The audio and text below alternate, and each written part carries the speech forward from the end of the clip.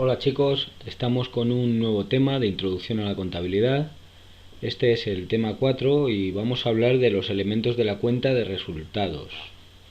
Bueno, lo primero que vamos a hacer es definir lo que es la renta o el resultado contable, y es un indicador de medida. Es un indicador de la medida de la variación de nuestro patrimonio neto o del patrimonio neto de la empresa que vamos a analizar.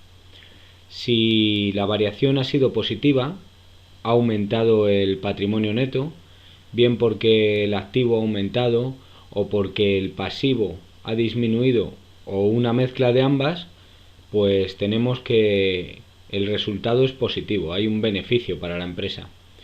Si es el caso contrario, el resultado va a ser negativo y hay una pérdida, ¿vale? Ahí os anoto que es una variable flujo. ¿Por qué? Porque mide la variación de un periodo de tiempo. Lo normal es que sea el año contable, pero puede ser la variación de una semana, de un mes o el tiempo que se estime para hacer esta valoración. Recordar que una variable flujo habla de la variación, valga la redundancia, durante un periodo de tiempo, mientras que una variable stock nos dice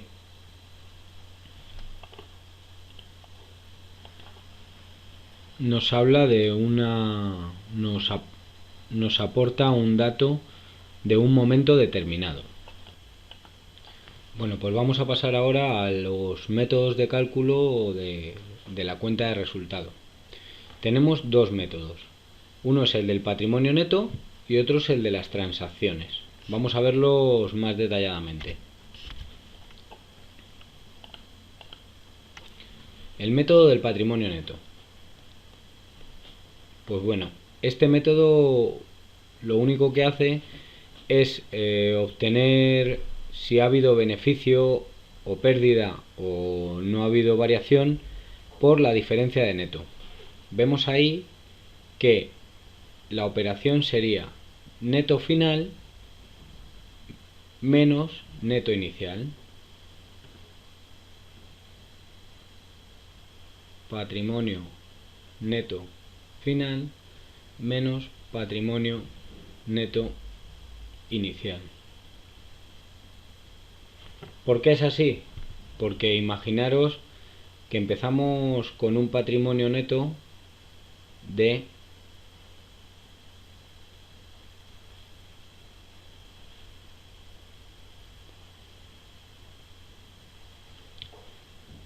¿Por qué es así? Pues ahora lo vamos a ver. Imaginaros que comenzamos el año contable X, lo comenzamos con un patrimonio neto inicial de 100 unidades monetarias. Y al final de ese año X pasamos al año Y y lo hemos comenzado con un patrimonio neto final de 200 unidades monetarias. Si hiciésemos patrimonio neto inicial menos patrimonio neto final, esto nos daría que 100 menos 200 es igual a menos 100. Y estaríamos incurriendo en una mentira. ¿Por qué? Porque la realidad es que ha habido un beneficio de 100 unidades monetarias y no de 200 y no de una pérdida de 100, perdón. Entonces, ahí está la explicación por qué hay que hacer la operación entre patrimonio neto final menos patrimonio neto inicial. Ahora nos quedaría que el patrimonio neto final son 200 menos 100, que es el patrimonio neto inicial, es igual a 100 y tendríamos un beneficio que sí es lo real, ¿vale? Bueno, después de aclarar esto, que imagino que ya lo sabíais, pero que a mí me dio bastantes problemas, pasamos de nuevo a la diapositiva anterior y continuamos. ¿Cuáles son los motivos de variación del neto? Pues son los resultados, las aportaciones y los dividendos. Los resultados, como hemos visto anteriormente, se obtienen de la diferencia entre el neto final y el neto inicial, ¿vale? Las aportaciones se refiere a las aportaciones que pueden hacer los socios. Si los socios accionistas realizan aportaciones, nuestro neto va a aumentar sin haber hecho ninguna operación. Y hay otro motivo de variación del neto, que son los dividendos que se entregan a los accionistas. Esto incurrirá en una disminución del neto,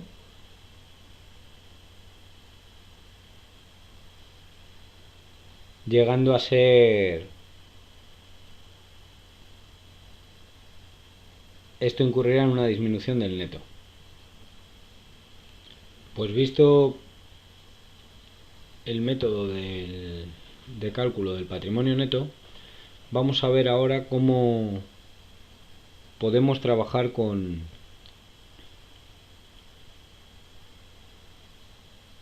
la ecuación. Empecemos imaginando que el resultado lo podemos calcular simplemente entre la diferencia del patrimonio neto final y el patrimonio neto inicial. Esto quiere decir que no ha habido durante el periodo estudiado ninguna operación en cuanto a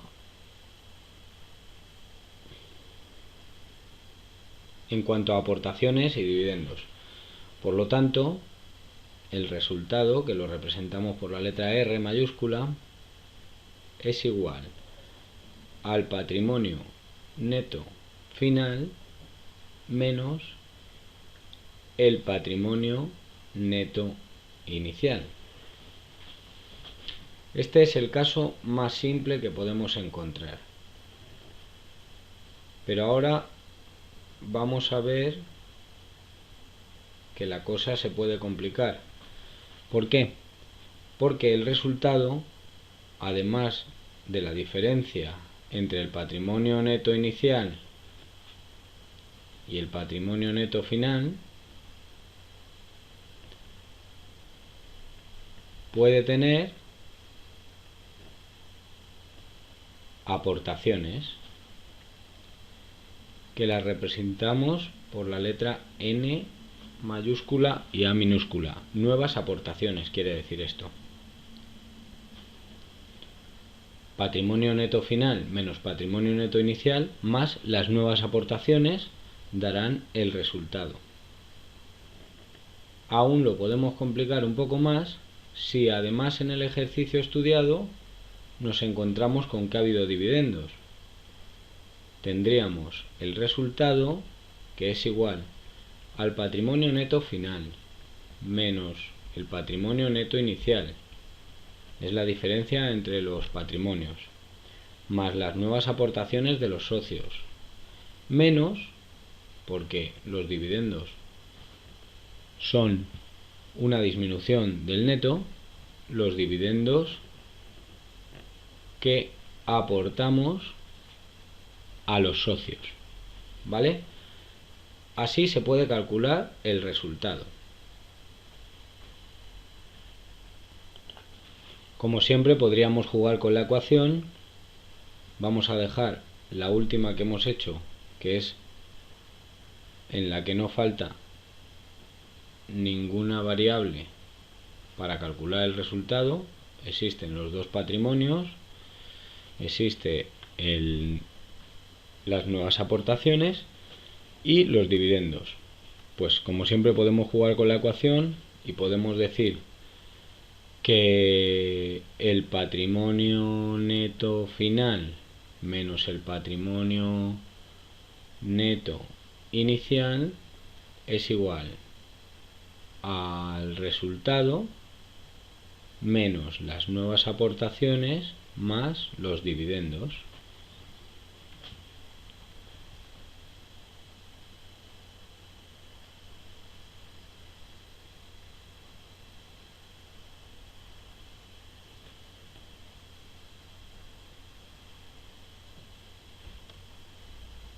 podemos decir entonces que el patrimonio neto final menos el patrimonio neto inicial es igual a los resultados más las nuevas aportaciones menos los dividendos.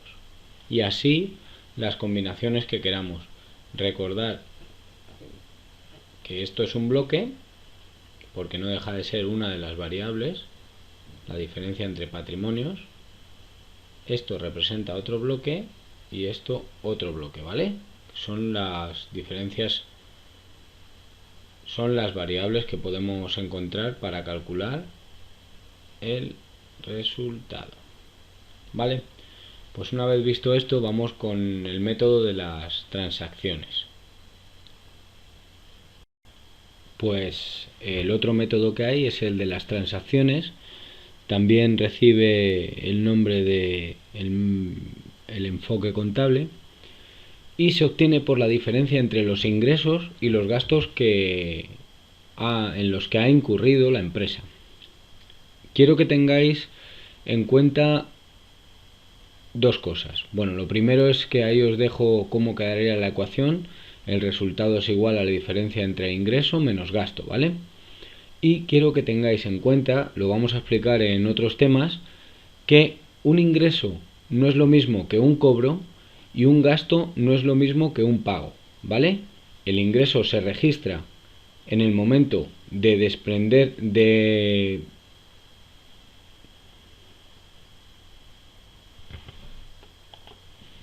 el ingreso se registra en el momento de efectuar, de tener conocimiento de que se ha recibido ese ingreso, no hace falta haber recibido el dinero, y el cobro, sin embargo, se registra en el momento de haber recibido ese dinero o lo que se haya acordado en el intercambio. Y lo mismo ocurre con el gasto y el pago. De todas maneras lo vamos a ver un poquito más adelante, no quiero adelantarme al temario. Hola chicos, estamos con un nuevo tema de introducción a la contabilidad.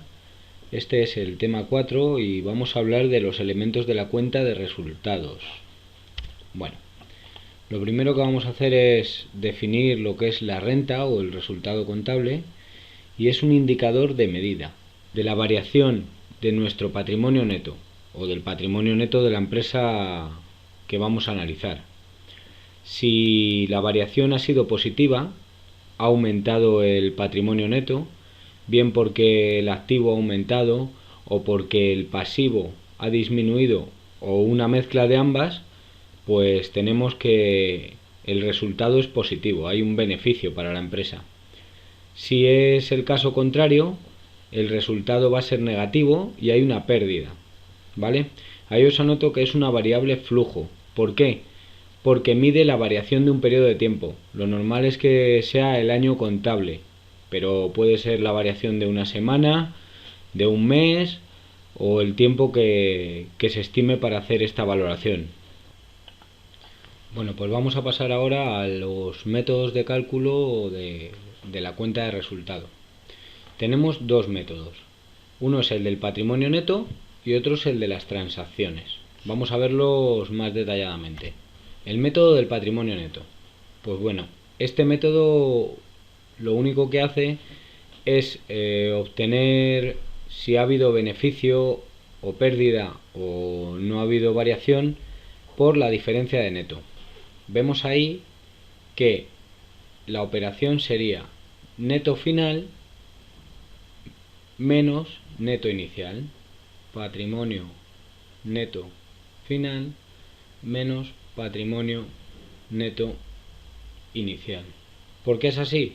Pues ahora lo vamos a ver. Imaginaros que comenzamos el año contable X, lo comenzamos con un patrimonio neto inicial de 100 unidades monetarias, y al final de ese año X pasamos al año Y y lo hemos comenzado con un patrimonio neto final de 200 unidades monetarias. Si hiciésemos patrimonio neto inicial menos patrimonio neto final, esto nos daría que 100 menos 200 es igual a menos 100. Y estaríamos incurriendo en una mentira. ¿Por qué? Porque la realidad es que ha habido un beneficio de 100 unidades monetarias y no de 200, y no de una pérdida de 100, perdón. Entonces, ahí está la explicación por qué hay que hacer la operación entre patrimonio neto final menos patrimonio neto inicial. Ahora nos quedaría que el patrimonio neto final son 200 menos 100, que es el patrimonio neto inicial, es igual a 100 y tendríamos un beneficio que sí es lo real, ¿vale? Bueno, después de aclarar esto, que imagino que ya lo sabíais, pero que a mí me dio bastantes problemas, pasamos de nuevo a la diapositiva anterior y continuamos. ¿Cuáles son los motivos de variación del neto? Pues son los resultados, las aportaciones y los dividendos. Los resultados, como hemos visto anteriormente, se obtienen de la diferencia entre el neto final y el neto inicial, ¿vale? Las aportaciones se refiere a las aportaciones que pueden hacer los socios. Si los socios accionistas realizan aportaciones, nuestro neto va a aumentar. Y hay otro motivo de variación del neto, que son los dividendos que se entregan a los accionistas. Esto incurrirá en una disminución del neto. Pues visto el método de cálculo del patrimonio neto, vamos a ver ahora cómo podemos trabajar con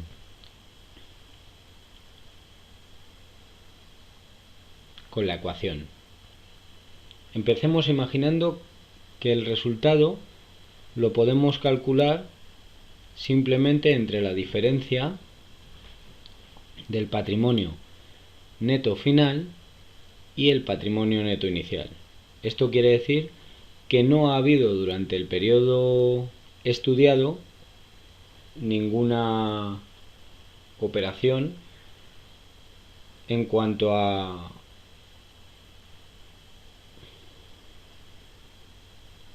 aportaciones y dividendos. Por lo tanto, el resultado, que lo representamos por la letra R mayúscula, es igual al patrimonio neto final menos el patrimonio neto inicial. Este es el caso más simple que podemos encontrar. Pero ahora vamos a ver que la cosa se puede complicar. ¿Por qué? Porque el resultado, además de la diferencia entre el patrimonio neto inicial y el patrimonio neto final, puede tener aportaciones que las representamos por la letra N mayúscula y A minúscula. Nuevas aportaciones quiere decir esto. Patrimonio neto final menos patrimonio neto inicial más las nuevas aportaciones darán el resultado. Aún lo podemos complicar un poco más si además en el ejercicio estudiado nos encontramos con que ha habido dividendos.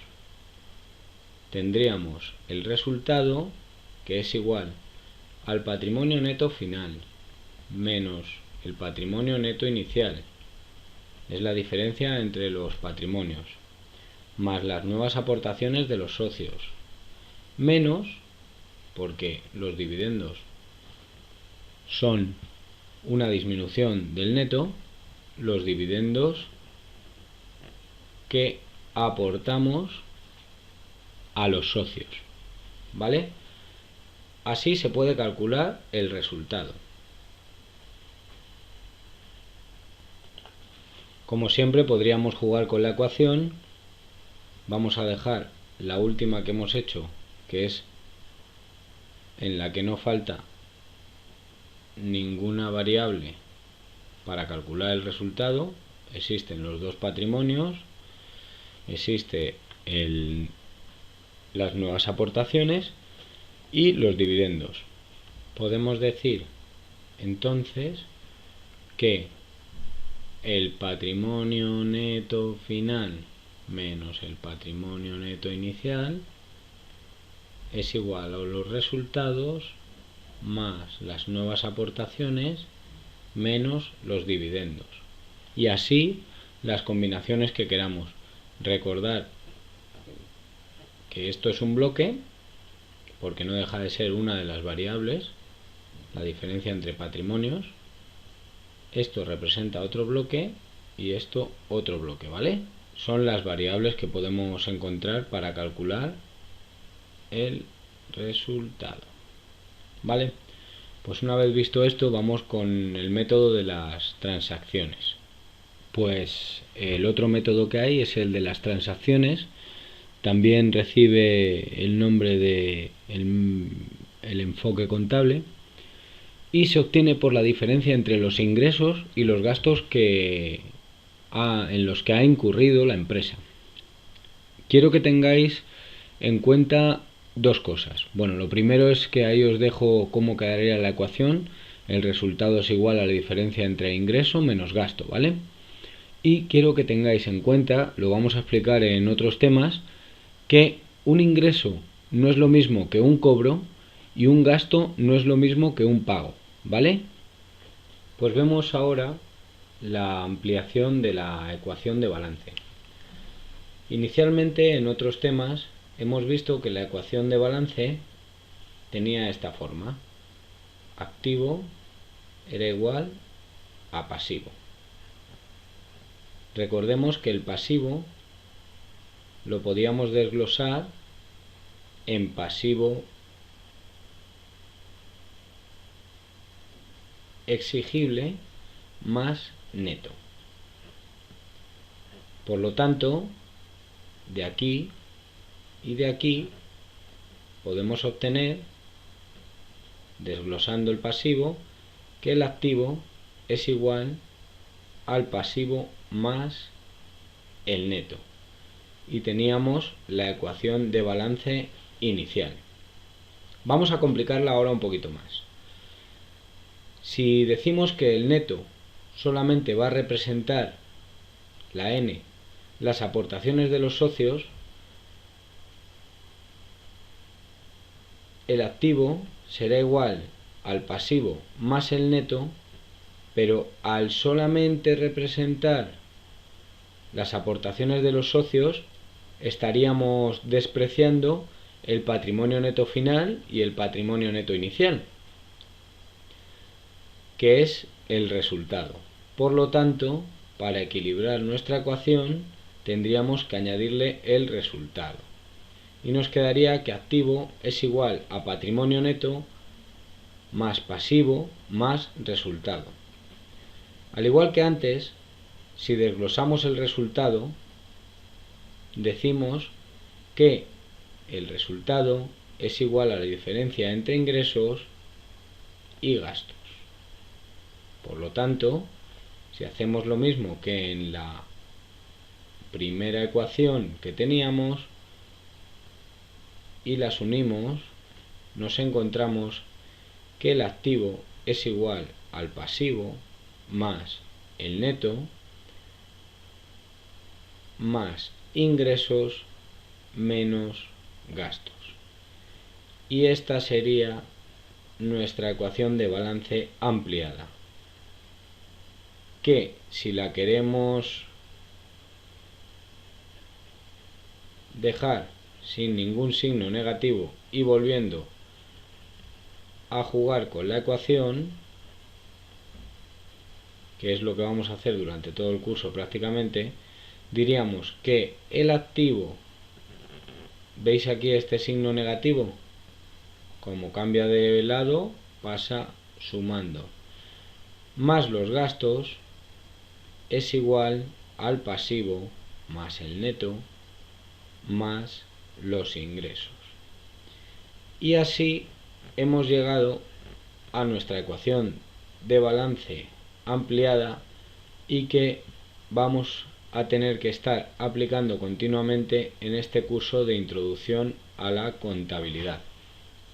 Bueno, pues los ingresos son o representan el precio de los bienes que vendemos, que venden la empresa que estamos evaluando, o los servicios que esta empresa presta, el precio que tienen los servicios, ¿vale?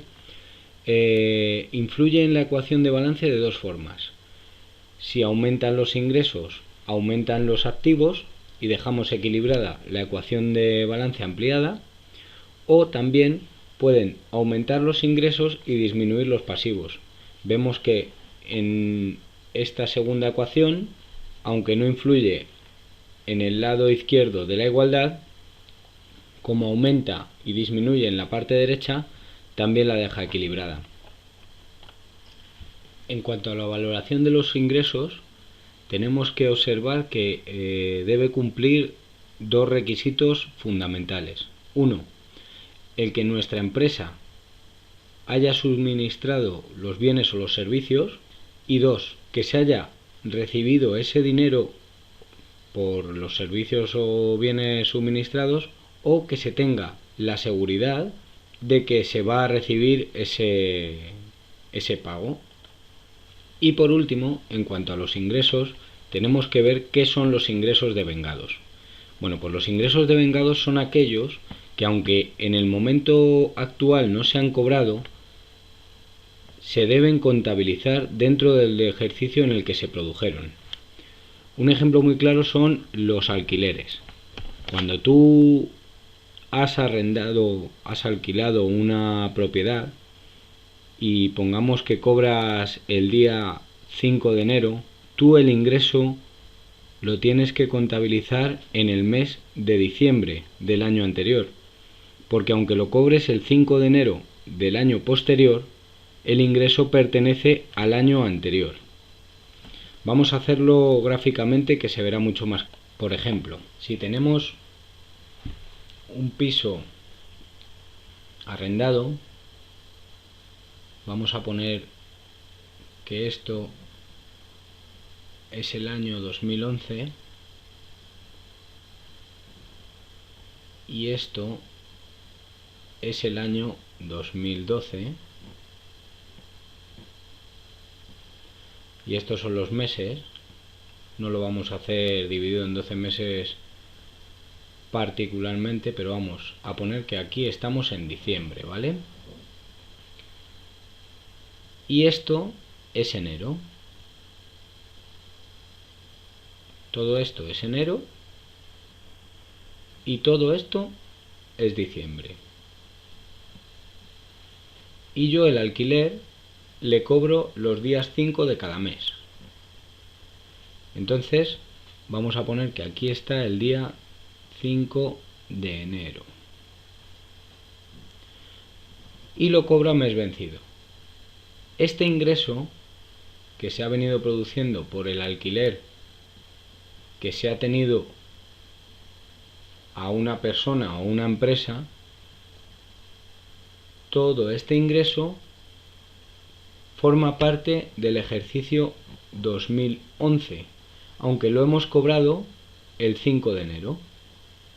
A eso llamamos un ingreso devengado, a un ingreso que, aunque en el momento de cierre del periodo, que es todo este año 2011, no lo hemos cobrado, sí hemos dado el servicio, que es uno de los requisitos. El servicio sería haber dado el alquiler a la persona o la empresa que nos ha arrendado, y sí tenemos garantías suficientes para pensar que esta persona o esta empresa nos va a pagar el día 5 de enero. Por lo tanto, el ingreso devengado lo meteríamos en el año 2011 y, sin embargo, lo cobraríamos en el año 2012. Por eso antes hablábamos de que un ingreso no era lo mismo que un cobro, porque el cobro sí habría que contabilizarlo en el año 2012, puesto que es cuando se produce. El ingreso hay que contabilizarlo cuando tú das el servicio. Bueno, pues nos queda del tema ver el tema de los gastos. Que si hemos entendido lo que es un ingreso, entenderemos también los gastos, porque es justamente lo contrario, pero similar. Los gastos son el precio de los bienes que compra la empresa o los servicios que utiliza esta.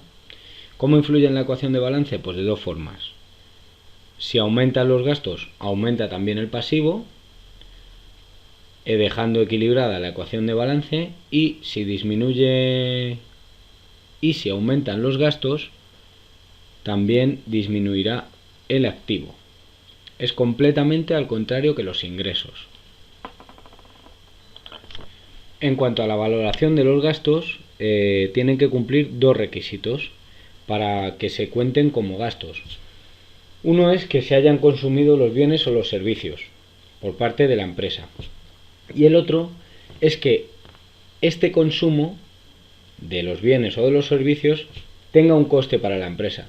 Y por último, debemos ver los gastos por devengos, que al contrario que los ingresos, estos gastos son devengados cuando, aunque no han sido pagados en el momento en el que finaliza el periodo de estudio, deben contabilizarse dentro de ese ejercicio o de ese periodo en el que se han producido. Recordar el ejemplo anterior del arrendamiento y aplicarlo justamente al contrario. En lugar de ser nosotros los que alquilamos el piso, nuestra empresa la que alquila el piso, en este caso nuestra empresa sería la que arrenda el piso. En diciembre hemos consumido todo el mes de diciembre y vamos a pagar en enero el precio del alquiler. Ese gasto, ese pago que vamos a hacer el 5 de enero, debemos de contabilizarlo en diciembre del 2011, porque corresponde al arrendamiento del mes de diciembre de 2011. Ahí vemos también que un gasto no es lo mismo que un pago. El pago lo vamos a registrar ya el 5 de enero de 2012, pero el gasto lo registramos durante el mes de diciembre de 2011. ¿Entendido? Pasemos ahora a la cuenta de pérdidas o ganancias, o también llamada cuenta de resultados. Pues esta cuenta lo que nos ofrece es el resultado del ejercicio, ¿vale? Hay que hacer mención a que la cuenta se divide en varias partes. Está el resultado de explotación, el resultado financiero, el resultado antes de impuestos y el resultado del ejercicio. Bueno, y ahora sí, para terminar el tema, vamos a explicar brevemente los principios contables básicos. Está el principio de empresa en funcionamiento. Este principio lo que nos viene a decir es que hay una hipótesis en la que se establece que toda empresa va a perdurar en el tiempo al menos lo suficiente para hacer frente a todas las deudas contraídas cuando se ha realizado la empresa. Por otra parte está el principio del devengo, que aunque lo podemos intuir, nos explica que además de informarnos de los cobros y los pagos que tenemos en el pasado, también nos informa de las obligaciones que se han contraído. El tercer criterio, que es el de correlación de ingresos y gastos, viene a explicar lo que hemos hablado antes en los ingresos y gastos devengados, que tanto ingresos como gastos deben de ser computados en el ejercicio al que corresponden. Y por último, el criterio de devengo y criterio de caja lo que nos explica es que el criterio de caja registra las operaciones cuando se han cobrado, las operaciones por ingresos, y las operaciones por gastos cuando se han pagado, y el criterio del devengo, las operaciones se registran cuando han tenido lugar. Pues para terminar, Te informo que mi blog o mi página es www.unedalumno.com, y también que hay una página de Facebook en la que me puedes encontrar por UNEDalumno. Además está el canal de YouTube en el que te puedes suscribir para recibir automáticamente todos los vídeos que subamos. Un saludo y espero que el vídeo sea productivo.